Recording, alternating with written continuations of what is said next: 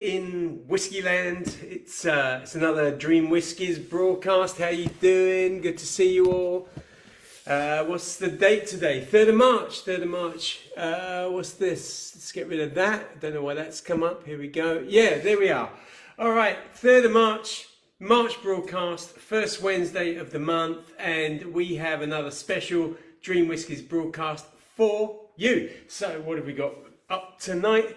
As ever, we got some pretty cool whiskey cocktails for you. I'm going to be talking to you in a second about this amazing Glenlivet Alpha, which is a prize in our major monthly competition this month. But I'm going to show you the bottle, and let's just get it back into focus. There you go. There's the bottle there in the background. So I'm going to show you the bottle. I'm going to tell you more about it, what you could win, all that sort of stuff. We're going to have winners from our members competition, announce those results as well. We've got some whiskey news to chat about with you, plus, you know, the usual stuff all around whiskey. So, first things first, you know how we start out the evening. We start it out, let me just get that to there's my head in the shot now. Yes, it is. We start with a toast, and so I'm going to get a little bit of whiskey on the go here, and I've got an Irish whiskey tonight. It's got a drop of Paddy's in there, actually. It's not something that I drink on a regular basis, really light, actually pretty good for cocktails, to be honest with you. So I thought that I would get that on the go. Remember how it goes. You tell me what you're drinking. We have a toast together. What's going on here? Who's with us? Bob, good to see you. Kieran, hi, how you doing? Jeff, how are things the other side of the pond? Paul Slade, Bruce, hi everyone. Share this live, thank you. That's it. I never say that. But do share it. If you're watching, share it. You guys can help us get to a bigger audience, which I never asked you to do because I'm not very sort of marketing aware, really. Cheryl, of course, and not sitting here with me, but is sitting on the other side of the camera with you guys. Cat Jam. Michael Nolan is there. Carl Harmon. What else is going on? Adrian Bain, good to see you. Gary Cummings. Avril as well. Abalawa tonight for Carl. A nice drop. You know what I like Abalawa. Avril's got her old fashioned on the go. What else are you guys drinking? Hey, Kaz as well. How you doing? All right. So look, cheers everyone. Good to see you. I guess because we do these monthly now rather than weekly, it feels like a bit of a sort of long lost reunion, doesn't it? When we saw each other every week, it was almost like we were living in the same house together. Now it's more like a reunion. So I guess we're all more emotional about that. Bruce, what you got going on there? Enjoying a key lime vanilla old fashioned with my bourbon. What's that? Bourbon Trace bourbon? Is that Buffalo Trace bourbon? But it sounds amazing as ever. Paul Slade drinking Lakes, the one sherry cask finish. Loving the Lakes, actually. We're gonna do something later in the year, all around Lakes whiskey, I think. Jameson's for you tonight, Gary. Good, nice choice. I think so. Actually, we're both on the Irish whiskey tonight. So look, cheers to you all. Barry's not with us again. Good to not see you, Barry. Cheers, everyone. Okay.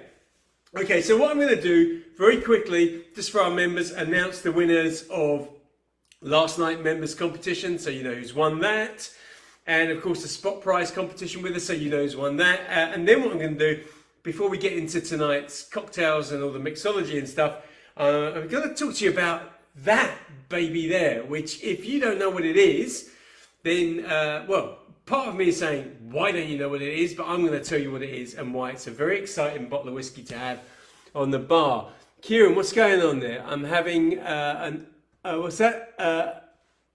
Okay, got to sort out my glasses. Does that say Elsa Bay? Tell us about that, Kieran. I'm not familiar with it. I mean, not that I know the name, not familiar with the whiskey. Kat, what you got on the go? Jura. Wow, you know what? Need to sort out my glasses for sure. Been wearing these now for 3 years. I think the older you get, the faster you need a new prescription for your glasses. So there you go. Jura, which Jura you got on the go, Kat? Loving the Juras, got a few Juras back there, as you know. All right, look, before we get into the meat of tonight, I have got, oh, by the way, one of our cocktails tonight, all whiskey cocktails as ever, as you know, but one of our cocktails tonight has a very unusual ingredient. I might even give you, I'm going to show you what the unusual ingredient is, because it was not exactly donated, but a friend of mine who bought this before Christmas came to me and said, look, I bought this, tried to drink it, can't drink it on its own, don't know what to do with it. can you do anything with it? And I've had it sitting on the bar since then. Hands up, sorry, didn't do anything with it. But tonight I'm going to do something with it, and it is this. It is garlic vodka from the Garlic Farm. Wow. And black garlic vodka, I think. Well, anyway, it's black in colour, that's for sure. Really, really aromatic. Not going to say any more until I use it, but I will be using it in a cocktail this evening. Small amount, but I will be using it. Barry, you just got coffee on the go. Kaz, just Council Pop, I'm afraid. I'm not even sure what you mean by that, Kaz. Council Pop, what is that? Water? Is that water? Is that what we're talking about? Okay. Winner of last week's members whiskey competition is Gabrielle Wilding. Well done, Gabrielle, if you're watching. Is it Gabrielle or Gabriel? Gabrielle or Gabriel? Anyway, it's actually the second time the Gabriel has come up with as a winner. And look, there's no way of masking this, right? There's a few of you out there as our members who have won more than once. And the only thing I can say to you is that you're not super lucky. That is a reflection on how many people are members of Dream Whiskies. It's a low number, which means that if you are not a member and you sign up, you've got a really good chance of winning one of our competitions, because membership is whatever you think it is, it's probably lower than that. So anyway, congratulations, Gabriel, if you're out there, well done. Kieran, what you're saying is made with science about the measure parts per million. Right, okay. So you're telling me that it's smoky? Is that what you're telling me about that one? Kaz, yes, water. Thank you very much for that. A vodka to keep the vampires away. Yeah. Garlic vodka, absolutely right. And spot prize winning. Obviously, you know, the winner gets a pick from our prize library. That's Gabriel. And spot prize winner last week, open to all our members, the spot prize competition. Okay, members, you can all go into this. I'm going to tell you now that of all our members, on average, about 6 or 7 of you enter the spot prize competition.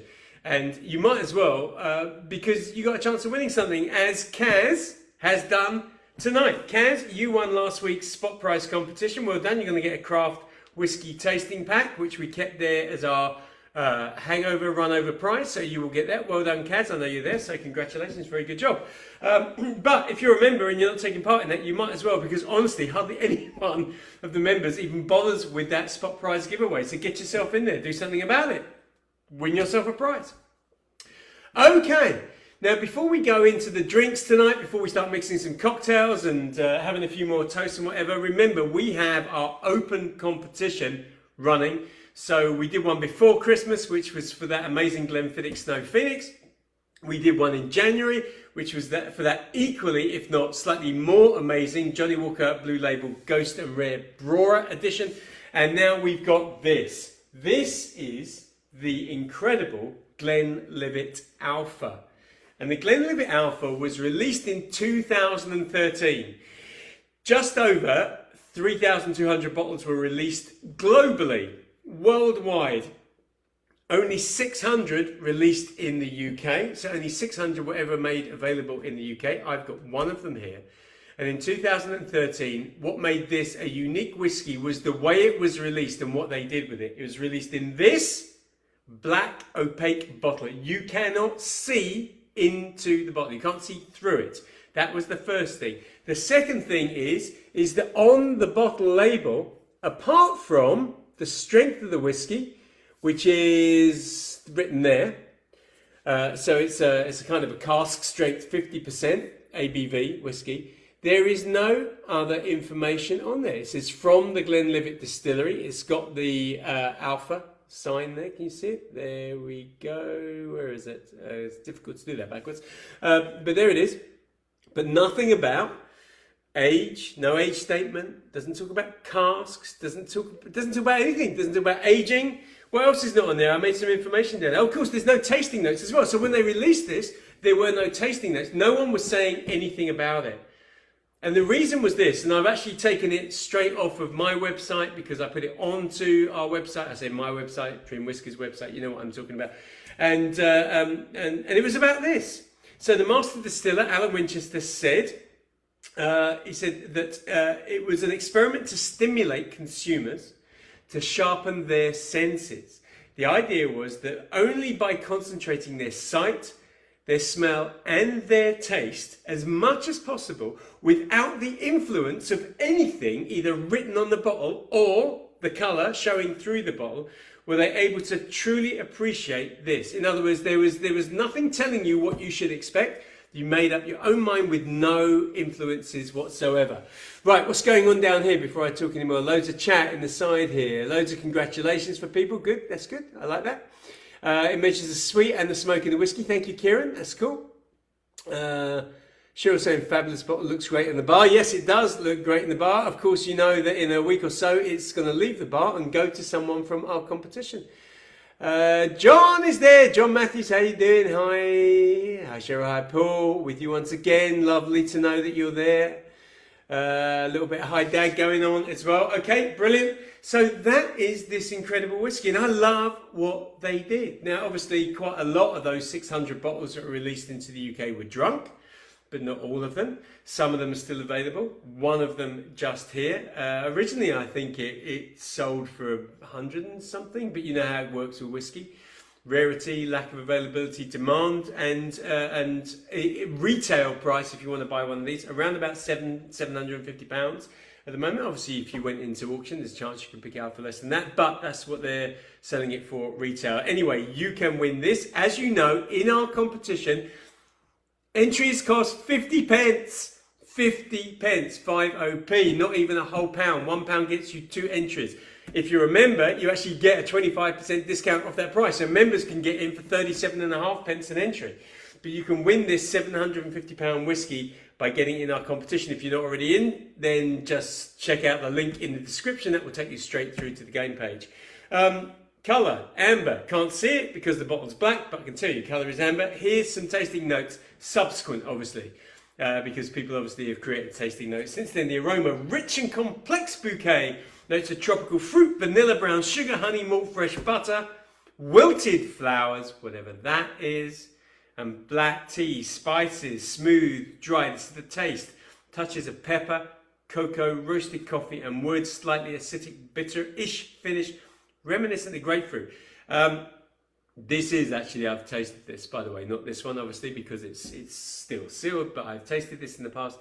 It is gorgeous. It's an absolutely gorgeous whiskey. If you win this, you're either going to open it, drink it, and have a wonderful experience drinking it, or you're going to keep it on the shelf and watch the price over the years just keep going up and up and up. But you can do so for 50p or less.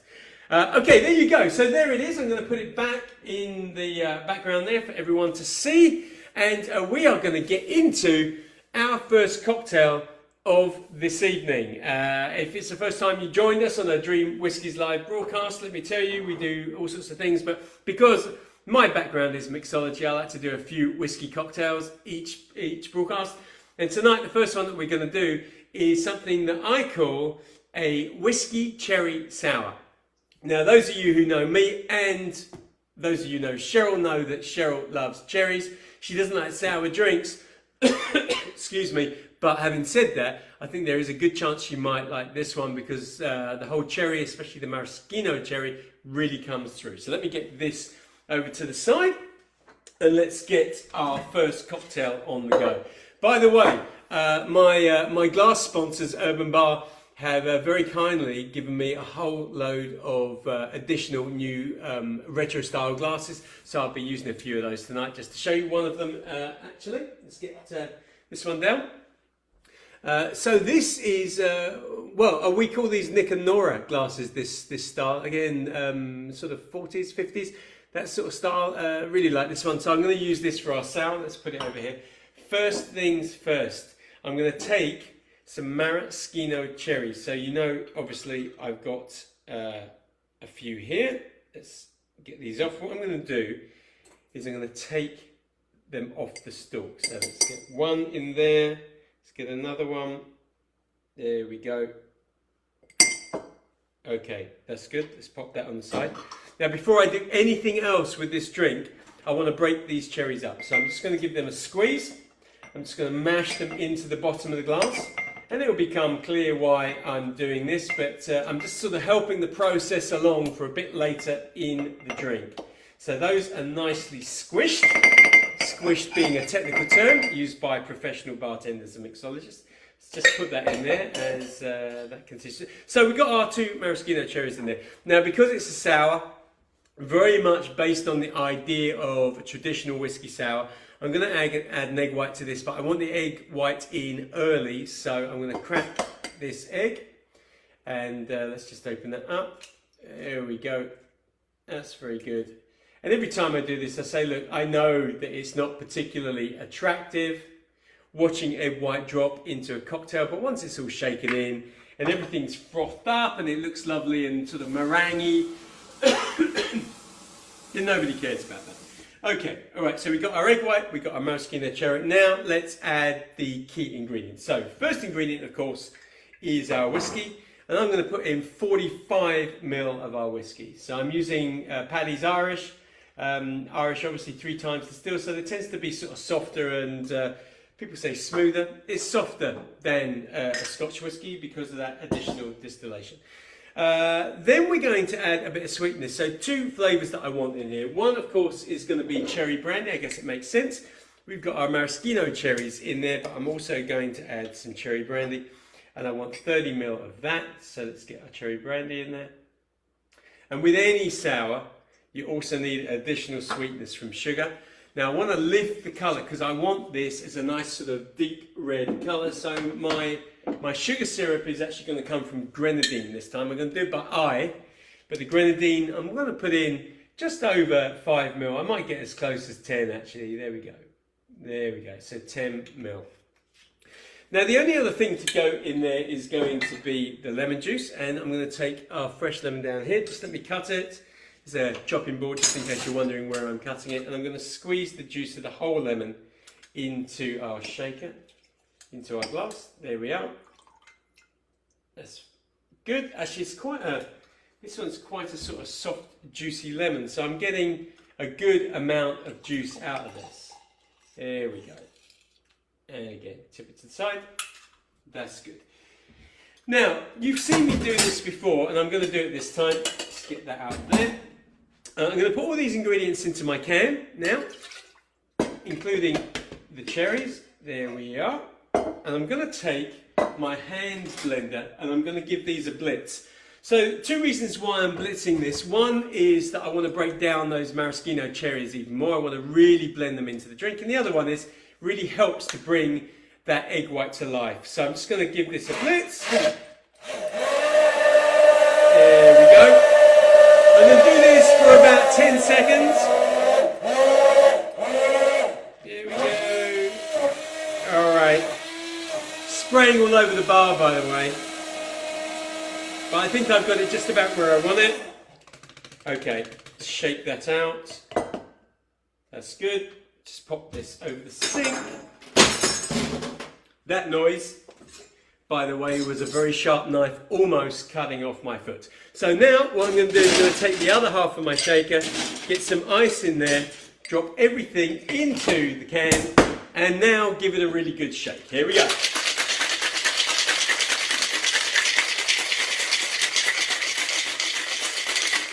All right, we're good. Let's open that up. Let's pop that in there, get our strainer, and we're going to strain into our Nick and Nora glass. I'm going to bring that right up to the lip of the glass. There we are. There we go. In actual fact, I'm going to pour the excess in here because I've made it to go into a martini.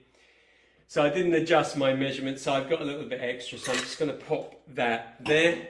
But as you can see, it's going to start to settle out, and as it settles out, the egg white will come to the top. You get more of the pink towards the bottom of the glass. And I guess the idea of it being pink means that it tends to look quite sweet as a drink, but in reality, that's masking the fact that we've got the lemon juice in there, and we've got all the traditional constituents of a really decent sour. There we go. Now garnish, I guess garnish really makes sense. The only way we can garnish this is going to be to use another maraschino cherry. So I'm going to take another one of our cherries out of the jar. There we go. There it is. Can you see? And I'm just going to cut a little nick in the cherry, because the idea is that I want to just pop that over the rim of the glass, like so. There we go. And very simple. And that's it. This is our whiskey cherry sour, our cocktail number one. Look, you can still see that it's starting to separate, it's starting to break down. Okay, what are you saying to me, everybody? I don't know how far back. I probably missed a lot of you. Let's just back up a little bit. Cat Jam, random question. Anyone know how to age a bottle of Johnny Walker? How to age it? I would imagine sticking it back in a cask would be... I mean, you've got to take it out of the bottle if you want it to change. Put the whiskey back in some wood. It'll probably start changing, I would think. Kaz, ooh, cherries, yes. And Cheryl, cherries, woohoo. Tina, hello Paul and everyone. Hi Tina, how you doing? Thank you for joining us. That's a great cocktail. I'll be needing to get some cherry brandy. Yeah, absolutely right. Nice colour, says Barry. Cheryl's even thinking of trying it, even though it's sour. Kaz is loving the colour as well. Yep, lovely looking cocktail. There we go. Okay, so that is our whiskey cherry sour. So not to ruin that one, just in case Cheryl decides to take it and take a photograph of that for our page. But I've got some down here, so let's have a little taste. And it's really delicious. It's actually not quite as sharp as a traditional sour. I think the inclusion of cherry brandy plus the grenadine has given it a little bit additional sweetness. So Cheryl might actually really like that, because it's nowhere near as sharp as they would normally be, but definitely still within that category of sour style drink. So that is our cocktail number one for this evening, our cherry whiskey sour. Like that, like the colour, really like the colour of that one. Okay. Just to remind you, we are just this far off trying something right out there by putting garlic vodka into our next cocktail. How am I going to do that? Let's find out shortly. Anyway, look, I decided to break up the bits between our cocktails by going back into what's going on in the world of whiskey news over the last week, and I've just got a couple of things that I'm going to share with you. And I'm going to ask you a couple of questions as well. To go with that. So let's just pop that there, I think. So, no? Okay, photographer wants to see that. I was just, really, you know what I should do? I should carry on doing this and not get involved with the photography. Okay, so I'm going to mention a celebrity name now, and if you're not from the UK, you probably won't know this person at all. But we have an actor in the UK called Danny Dyer. And he appears in soaps, most notably EastEnders, but loads of other things. He's been in a whole load of movies as well. He's a sort of proper, what would you call him? An over inflected Cockney, I would say. But Danny Dyer has a daughter called Danny. He's spelled D-A-N-N-Y. I think his daughter is spelled D-A-N-N-I. But anyway, his daughter now has a child, and he was in the news this week. For saying to his daughter, has she been putting whiskey in her baby's milk to help the baby sleep? Because the baby's not sleeping too well. And it just sort of made me think of the idea that maybe not so much my own generation, but certainly my parents' generation always spoke about the idea of maybe dropping in a bit of sherry or maybe a drop of whiskey into baby's milk, and it can't do them any harm and it will help them sleep. And how many of you have heard that, and how many of you have done that, right? If you've got kids, if you put any alcohol in your kids' milk to help them sleep, or milk or orange juice or whatever you give your kids, have you done that to help them sleep? If you have kids, but your own kids are now grown up and adults, and you did you do that, and that set them on a path to, I don't know, you put whiskey in their milk when they were children, by the time they were 13, they were whiskey connoisseurs. I mean, what was it? Like I say, my mum, she definitely said that to me about, and I don't think she said whiskey, I think she might have said sherry, but putting sherry in the milk. I'm pretty sure that Cheryl's parents have said the same thing. In fact, John is watching, so that's Cheryl's dad. John, did you ever say that about putting alcohol in kids' milks to help them sleep? What have you done? Any of you? Have any of you done that? Where are we? A cat used to belong to my granny who didn't. Oh, sorry, this is a different conversation, I think. Oh, I see. You're talking about the Johnny Walker. Okay, come back to that. Kaz is saying I've heard of it, but didn't do it. Wouldn't dream of it. Okay. Any of you done that? You see, I'm trying to think back to when, my daughter was just a baby, which is a long time ago now. She's sort of nearly 30 now. And I'm trying to think whether I did it. It's one of those things that you know the phrase in your head so much, but did you actually do it? I mean, at the time, when my daughter was a baby, I had a bar. I was working in the bar until midnight every night. She was sleeping upstairs, and so she had the noise of the bar in the bar. And mind you, she pretty much slept through it all. Really, I think that's why she can now sleep in really noisy environments because of that. Okay, here we got a few. What we got? Dave Chilton. Definitely, they used to put a bit of booze into the milk in the 50s. Okay, so the 50s. So the 50s actually predates me a little bit, and hopefully you all knew that just by looking at me without me having to tell you the 50s predate me. But yes, the 50s. Okay, so maybe that was when they were doing it. Jeff, what you saying? My mum used whiskey on our gums when we were teens. That's another thing, isn't it? Using whiskey as an anaesthetic. So as kids, when you were Carl saying the same thing, I think. Rub whiskey on the gums when they were teething. Yep, same thing. Paul's saying I've heard of it but didn't do it. I found it helped me sleep though. Yeah, loving that, Paul. Perfect. Cheryl, I think I was brought up on grape juice, which had alcohol in it. Okay, well that explains a few things, my darling. Bruce, garlic vodka could work nice in a Bloody Mary. Oh, so you're still talking about it? Well, you're not far off where I'm going with this, actually, Bruce, but we'll see in a second. Cheryl's saying they stopped putting alcohol in it about 40 years ago. Okay. And John is saying, no, Paul, she put it in my tea. Mind you, I was 23 at the time. Fair enough. John, from what I know, you're still putting it in your tea and on your breakfast, I think, as well. Just an interesting one. It just sort of got me thinking. I mean, it made a headline. I suppose in the world that we live in now, that idea of suggesting that we put alcohol into children's milk or whatever, that's actually, headline stuff in the news. All right, anyway, look, let's move on to another cocktail. Got quite a funny story to tell you after this cocktail. It's to do with a post that was put onto Facebook in relation to whiskey in the area that I live. So in our local sort of Facebook group area. Slightly heartbreaking, but kind of funny as well. So stick around for that. Next cocktail, we call a red and black eye.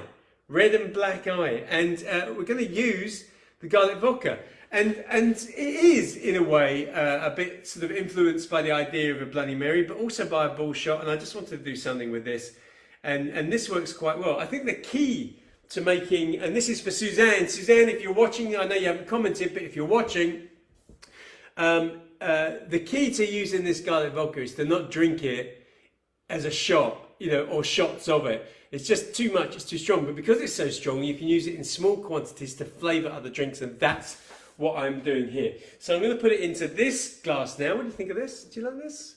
It's another one of our new glasses here. Here we go. Let's pop that over the side. And this one, we're going to start with some tomato juice. Now, I actually am not using tomato juice. You can use tomato juice, and tomato juice, I guess, is fine. But really, what we're going for here is I want some real thickness and flavour from the tomato. So what I did, as I have done in the past with tomatoey drinks, is I've taken a can of plum tomatoes, the sort of stuff that you would put into cooking, stick it into your spaghetti bolognese, for example, and I've just whizzed them up. And what you get is a much thicker tomato juice, I guess. There we are. All right, so let's pop that into there. I'm going to start by putting in 75 mils of the tomato juice. Sorry, not 75 mils, 125 mils. So let's go, that's 50. There we go. Let's put in another 50. There we are. And then another 25. There we go. All right, that's good. Next thing that we're going to put in to this is going to be our whiskey. Now I'm going to leave the tomato juice in there because the whiskey will help wash out what's left in the jigger. And I'm going to put 50 ml of our whiskey in there. Again, I'm using this sort of Paddy's, so if you know Paddy's whiskey, it's really light and it works quite well in this. Now I suppose I'm thinking of this garlic vodka in the same way that you might add bitters to a cocktail. Not quite a small amount as you would with bitters, but I want to put in 10 ml of this garlic vodka. Now, if I was going to describe this to you in terms of an aroma, honestly, it is like somebody has just crushed about 30 cloves of garlic right in their hand, right in front of your face. And wow, it is a massive hit. So I want to keep it down to 10 ml, and that's where it's going to stay. So there we go, 10 ml, a small amount, but it's going to add a lot of flavour and character. I think you want it to blend nicely rather than to dominate the flavour of the cocktail. Now we definitely need some citrus, and I actually prefer lime in this style drink to lemon, so I'm going to go for this lime. But I want quite a lot of citrus in it, so I'm going to squeeze the juice of the entire lime into this drink. So let's get our lime there. There's 1/2. There we are. That's nice. And the citrus will also help cut through the obvious aroma of that garlic vodka. So what you end up with is the wonderful sort of subtle flavour of it, spicing the drink, as opposed to something which is a little overbearing as well. So there we go, all of our lime. That's not actually a particularly juicy lime. So I'd say there was probably about 15 ml in there. And then my favourite spice, I guess, for this style of drink as well, I got some celery salt in here. So I'm just going to sprinkle a little bit of celery salt in as well. And then we are going to give it a decent shake. So take my can is here. Let's get a load of ice in there, pour everything into the can, and you know how it goes. Shake that baby up. Here we go.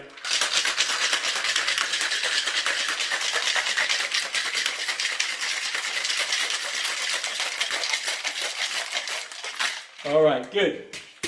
Open up our shaker, get our strainer. I don't want any ice, I want this to go straight up into this glass, so here we go. And actually it smells really nice, even from here. I mean, obviously I can smell it from here because I've already told you about the amount of aroma that's been thrown off by it. But blending really nicely, the light whiskey that's in there, just give that a little swirl. Let's get the remainder of that into the glass. There we are. That's good. All right, that's good. And then I'm going to garnish it by taking a bunch, really, of rocket. And I'm going to put all of that, just going to pop it inside the top of the glass like so. There's that little bit as well. Oops. Okay, let's put that back in there. And there we are. There we are done. And this is our black and red eye. Let's have a... It actually smells wonderful. The garlic vodka is blending beautifully with the tomato juice. The small amount of spice that I put in there. The whiskey is giving us that alcohol base that we want as whiskey drinkers. And actually I think it looks quite attractive. And I think the balance, certainly for that, I don't want to drink it yet, just in case our photographer comes in and takes a little shot. But once there's been a photograph of this, I'll taste it and I'll give you a real sense of how it's coming across. But certainly on the nose, balancing really well indeed. Let's just pop that over there. There we go. So that's number 2. That's cocktail number 2 for this evening. Here we go. Let's open this up again. What are you guys saying? No more chat while I've been doing this. Steve says, good evening guys, apologies, my daughter just settled. I'll catch up tomorrow. Cheers. Oh, well, Steve, thank you for popping in and catching up tomorrow. Just want to say, we've been talking about small children settling down. Did you give your children, or your daughter, any whiskey in her milk? I wonder. Bruce, oh, there you go. Bruce is saying it already. Bruce, some cilantro greens with that. So I put in rocket, but yeah, you can use cilantro. I think it's what we call coriander leaves over here. But yeah, that will work as well because actually that's quite fragrant. Actually, I always think of cilantro or coriander leaves as almost orangey in their aroma. It's certainly fresh and fragrant, that's for sure. All right, so that's our cocktail number 2. Now, before we start heading towards the third of our cocktails tonight, got to tell you about this story. I mean, sort of semi-heartbreaking for whiskey fans. And I almost posted it on the Facebook page, but in the end I decided not to, because I just felt sorry for the person who posted it in the first place. But this is what we saw the other day. Let me just get that, let's just dry that up. So the other day, we're looking on, cheers by the way, remember this is what was hung over from the other bit. We're looking on Facebook, and Cheryl spots something. She says to me, hey, take a look at this. And somebody in our local group posted a picture of a bottle of Mcallen 18-year-old 1984. Okay, Mcallen 18, 1984. And just to give you an idea of the value of that, Mcallen 18, 1984, if you put it into Google, I don't know how it is in the United States, for example, but you put it into Google now, generally, if you want to try and buy one, it's around about £3,000 to £3,300. Checked it out this afternoon just to be sure about that. But anyway, so somebody posted a picture of this bottle of Mcallen 1984, 18-year-old, with the line that said, does anyone know if this whiskey is worth anything? We've been told that it might be worth something. We've only used a little bit of it on the Christmas pudding.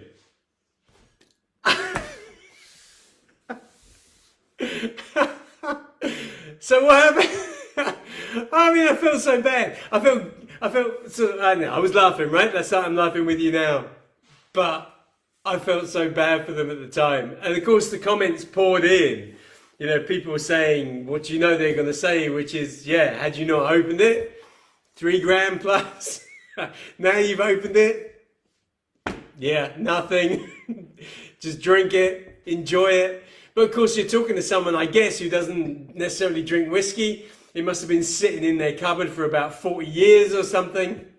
Not 40 years, 1984. So 30 years plus. There we go. Thank you very much. Yes? Okay, I'm just going to try this. Here we go.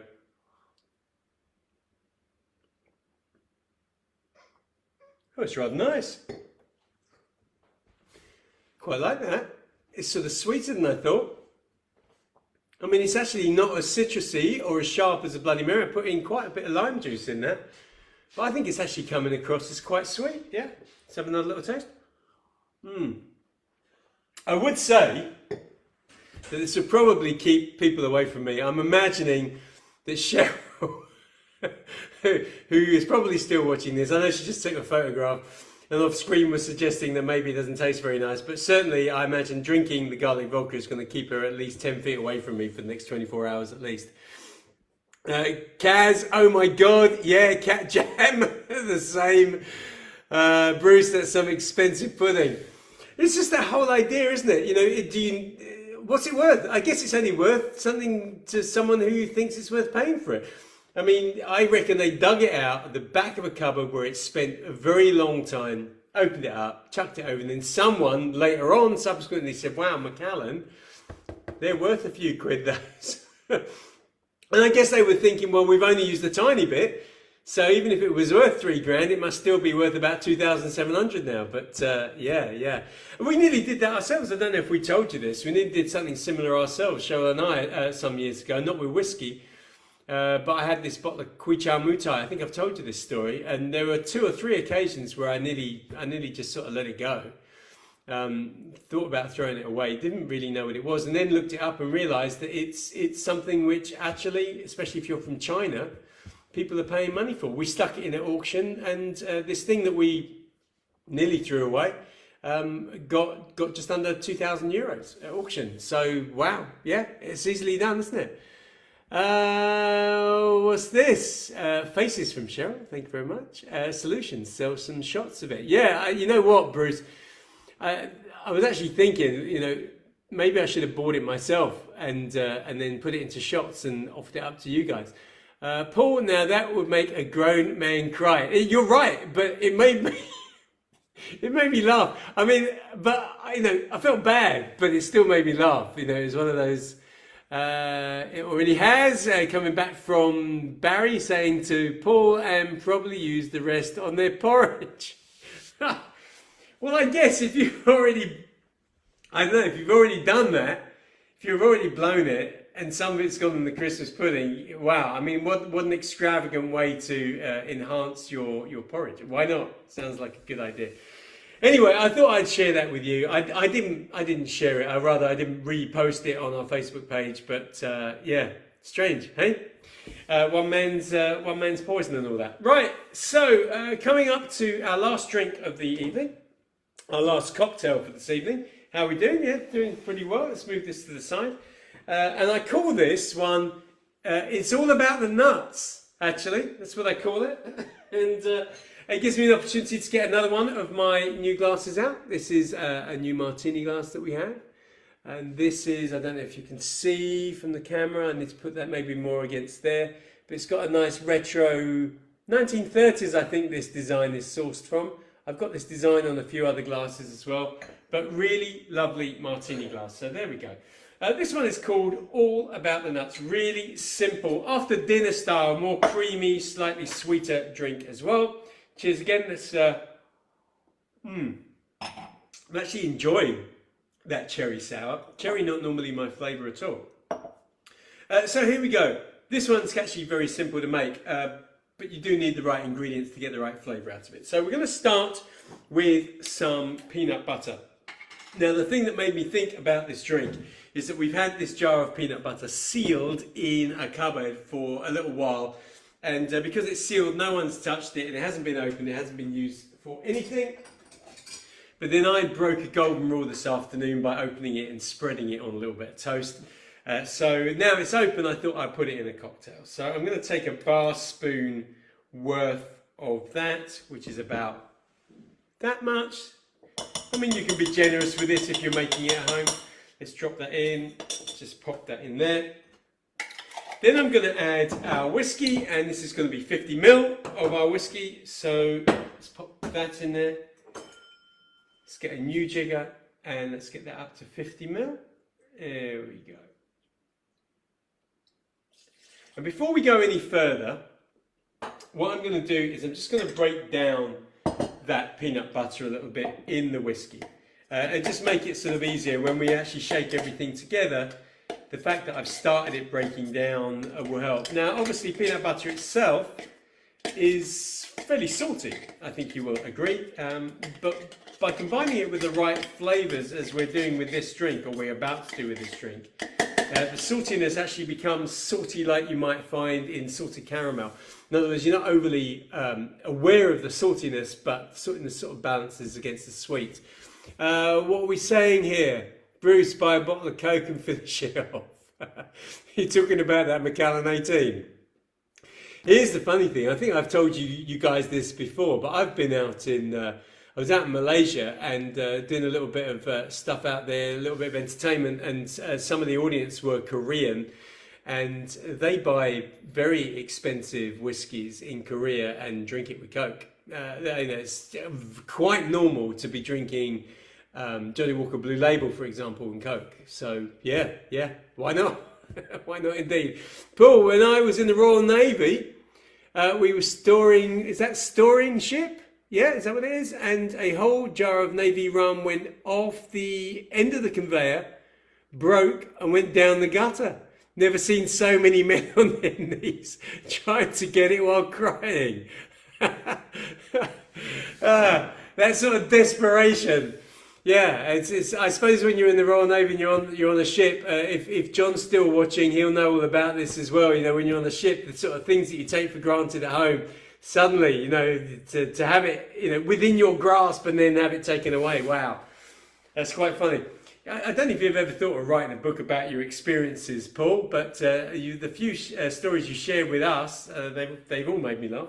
Right, okay, so we got our whiskey in here, we got our peanut butter. The sweetness is going to come from pistachio syrup. Now, this isn't sort of widely available. If you need this, you're probably either going to have to go to a specialist site online or go to Amazon or something like that. You're not going to be able to walk into a supermarket and just pick up pistachio syrup. Almost certainly find it on Amazon. This comes from Gifar, who you all know. They help me out with all the liqueurs.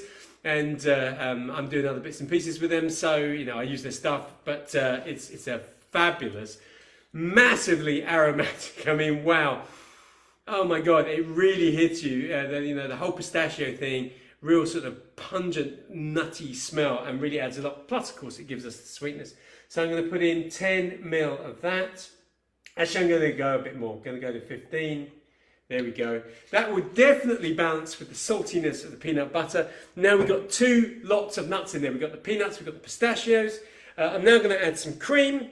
So let's go back to here. And again, I'm going to go up to 45 ml, so nearly 50 ml. Let's put our cream in as well. Wow, this is looking really good. I'm going to give it another quick stir before I shake it again, just to make sure that peanut butter is breaking up nicely, so that when I do give it a final shake, it's going to be as well as possible. It's going to be broken down. All right, that's looking good. Let's get some ice in here. So just go down to our chest.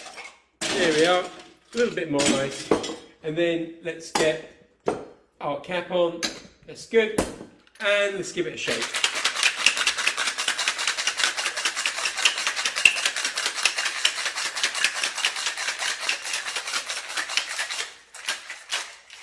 All right, so I'm using this, I started calling them Japanese style, I don't know why, but I'm using this sort of Japanese style 3-piece shaker, so it's got the strainer in it. I'm going to pass it through a fine strainer as well, just in case any of the little peanutty bits come out. I don't want them in the drink, so this will catch that. And we'll just double strain it through.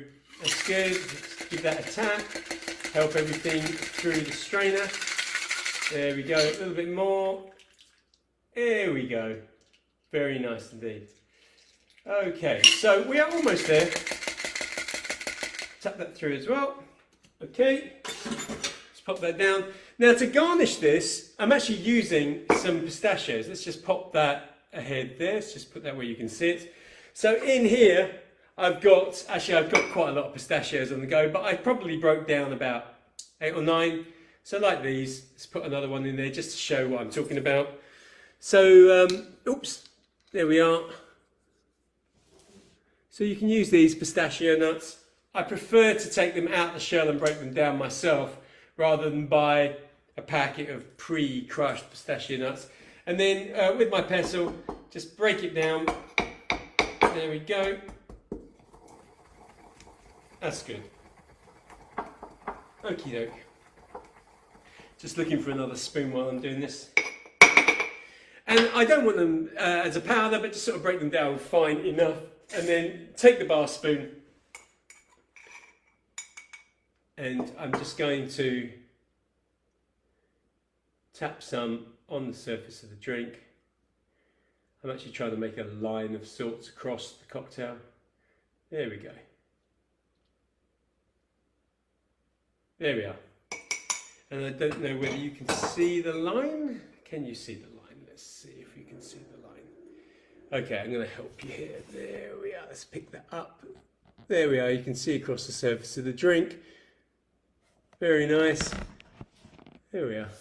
And that's our drink number 3. It's all about the nuts. Let's pop that over there. I like those creamy drinks, actually. Actually, let me give you a sense of... on the nose, the pistachio, especially through that syrup, is definitely coming through. Obviously, it's a creamy drink. It's going to be really luxurious. The peanut butter adds more to that as well, makes it even more creamy. It adds more viscosity to it. A little bit of saltiness means that it's not over sweet. It's just nicely balanced. A really delicious cocktail, actually. Okay, Bruce, what's that? That's an interesting drink. Thank you very much, Bruce. Good. Really pleased to hear you say that. All right, so those are our 3 cocktails for the night. Let's just get into the last bit of chat for our session together. So I thought I'd share with you, for those of you that aren't following the news or following, I don't know if you remember, but last broadcast I told you that they were going to be doing the second half of the Perfect Collection. So the Perfect Collection, a collection of incredible whiskies that went to auction online. I think it was Whiskey Auctioneer. If it wasn't Whiskey Auctioneer, sorry guys. But I think it was Whiskey Auctioneer that auctioned it off in 2 lots. So they did the first half, I think it was before Christmas, and then the second half in February. So the first half, I think, raised somewhere around about 3.3 million pounds. And the second half, which has just happened, has raised twice as much. They sold Whiskies, total value of 6.7 million pounds. So the big seller, and if you followed this, you won't be surprised. Big seller was Mcallen 1926, fine and rare, 60-year-old. So over the last couple of years, these whiskies have been making quite a bit of news because 14 of them, that was it. There were only ever 14 of these 1926 fine and rare 60-year-olds ever released. It seems that 4 of them have come to auction in the last year or so. They keep breaking world records. I don't think this one broke a world record, but it sold for over £1 million. So that one bottle sold for over £1 million. So that one bottle accounted for 14% of the total collection of that 6.67 million pounds. What else was there? I wrote some notes about some other ones. There was a 1937 50-year-old Balvenie. There was a Bowmore 1964. Yeah, I mean, wow. So in total, the 2 auctions for this perfect collection, one man's collection of whiskey, raised just under £10 million. £10 million. You say it, right? You say £10 million and it sounds like a number, but just imagine, what does that even look like? If those were, I don't know, dollar bills or pound coins all stacked up, what would that actually look like? Extraordinary, isn't it? Anyway, so I've asked you questions like this before about, what would you do if you had £1 million to spend on whiskey and that sort of thing. But I've got a slightly different question for you this evening. What's this? A little bit, Kaz is saying, wow, someone has deep pockets. yeah, and a lot deeper than Dream Whiskies. But this sort of brings me to the question about Dream Whiskies, actually. And I just imagine, because you guys know this, but when I started Dream Whiskies, I had this sort of fantasy idea that maybe one day we'd be able to give away an extraordinarily valuable bottle of whiskey. At the time, I was thinking, maybe sort of 50 grand or whatever, but, whiskey's gone up and sold for such extraordinary. So how about this? If Dream Whiskies had a bottle of 1926 Mcallen, so a bottle of whiskey worth £1 million, and we put that up in one of our competitions. So instead of, it's gone. So instead of the Glenlivet that was here last time I looked, but is now gone. But no, there it is. So thank you. So instead of this as our prize for not even quite £1,000, but we had a 1926 Mcallen 60-year-old fine and rare £1 million worth of whiskey. Again, let's just say we were charging £1 per entry into the competition. Would you enter? I guess if you're already entering this, the obvious answer is yes, you would enter. But if you haven't entered these competitions, would you enter a competition for that kind of whiskey? In other words, you're thinking, right, I don't want to pay 50p to win a £700 whiskey, but I would pay £1 to win a £1 million whiskey. So would you do that? But also, how much would you spend to win it, to try and win it? And the reason why I asked this question is that it's a hypothetical one, but where would you go with it? In other words, if you had a chance to win a £1 million whiskey, would you buy £100 worth of entries? Or would you buy £500 worth of entries? Or would you even put £1,000 in? And actually, whatever the number is that you might enter, would it be more than you would spend on whiskey? In other words, I'm saying if you would never buy yourself a bottle of whiskey for £100, would you still chance £100 on trying to win a £1 million whiskey? Just interested in the psychology of it, actually, because I asked myself the same question. I mean, obviously, I can't enter Dream Whiskies competitions because I'm Dream Whiskey, so I never entered those. But if there was a competition for a £1 million bottle of whiskey, I wonder what I would do. Would I just sort of stick £1 in and hopefully just hope my luck works out and maybe win it? Or would I really go after it and stick £500 in? Or no, you wouldn't. Hold on, did you hear that? I don't know if you heard that. Sorry, would I spend £500 on entries? No, you wouldn't. Right, okay, so that's the voice from above. That's the answer to that. But what would you do? What would you do? It's interesting, isn't it? They'd ask their wives as well. Yeah, they would ask their wives. And if you don't have a wife, then... Or husband or partner or whatever. Whoever it is that's not putting their hands in their pocket for the whiskey will be telling you you're not going to do that. Bruce, put some of that on your pudding. What, the £1 million whiskey? Is that what you're talking about? Okay. So give me an idea. What would you do? Would you go for it? I mean, I imagine that you'd go for the entry, but maybe you just come in for it. Gary, thank you. Think you would go out of business for if you tried to recoup £1 million? I'd take it to the auction. You know what? You're right. Actually, I mean, I'd either go out of business, Gary, or I'd be getting divorced. It'd be one or the other, or maybe both. But there's an interesting thing, isn't there? That maybe if you stuck up £1 million prize, actually you get so many more people enter that ordinarily wouldn't enter. In other words, they're not motivated by a small prize, but a big prize they might have a go. Yeah, it could be right. I'm pretty sure I'd go out of business. You're right, though. I don't know where we'd get £1 million from. Dave would spend about £200, but don't tell the wife. Dave, that's the key, isn't it? I've just actually said it on Facebook with my wife in earshot. I mean, it's like a rookie error, really, isn't it? Barry, we all have that voice from above. Yeah, don't we just? Okay, Paul, I think I would only invest what I would normally do as the odds get great enough to make it not worthwhile. Yeah, I mean, that's true as well, isn't it? I guess the bigger the prize, the smaller the odds, all of that. Yeah. Kieran, I'd spend a tenner. Excellent. Barry, no more than I spend now. Jeff, it's like playing the lottery. I guess it is. It is like playing the lottery, isn't it? I'd try it for about 20. So it's interesting. I think what you're saying is that actually the value of the prize wouldn't do it. I mean, I just wondered whether that would do it. And this isn't me leading up to saying that we bought that whiskey, Dream Whiskies, from that auction in the last auction, and we're putting it up as a prize. That's not me doing that. I just thought I would chuck it out there as a hypothetical question. It's a very interesting one indeed.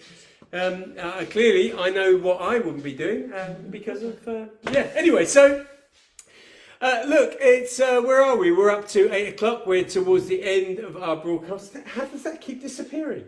I don't even know how that keeps disappearing. So to remind you, we don't have a £1 million whiskey up, but we do have this fabulous whiskey up. We've got about 8, maybe 9 days left in it. I'm not quite sure how many days are left on our competition. But if you're not in, have a go. 50p, you can win that. And it will find its way to one of you in 10 days or so. So if you want to try and do that, link is in the description. Click and that will take you through and you can play. In the meantime, I hope you have enjoyed the broadcast this evening. I hope you enjoyed the cocktails.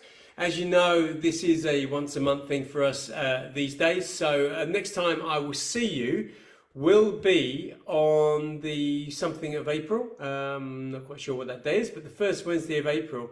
But keep an eye out on the Facebook page because we might do, and not guaranteed, so don't hold me to this at the moment, but I'm just playing with the idea of doing a special for St. Patrick's Day. So we might do a shorter but special broadcast on St. Patrick's Day. Obviously Irish whiskey, obviously Irish whiskey cocktails, all that sort of thing, but going heavy on the Irish stuff. So keep an eye out on the Facebook page. We'll let you know about that. Obviously, we'll probably mail you out as well. But in the meantime, brilliant to see you. I hope you are all staying well. We are getting very, very close to the end of lockdown and pandemic with vaccinations and all that going on. So maybe our life is going to open up again. But do look after yourself. Stay happy, stay well, keep drinking whiskey. And I will see you, if not in a couple of weeks, in 4 weeks' time. Be good. Bye now.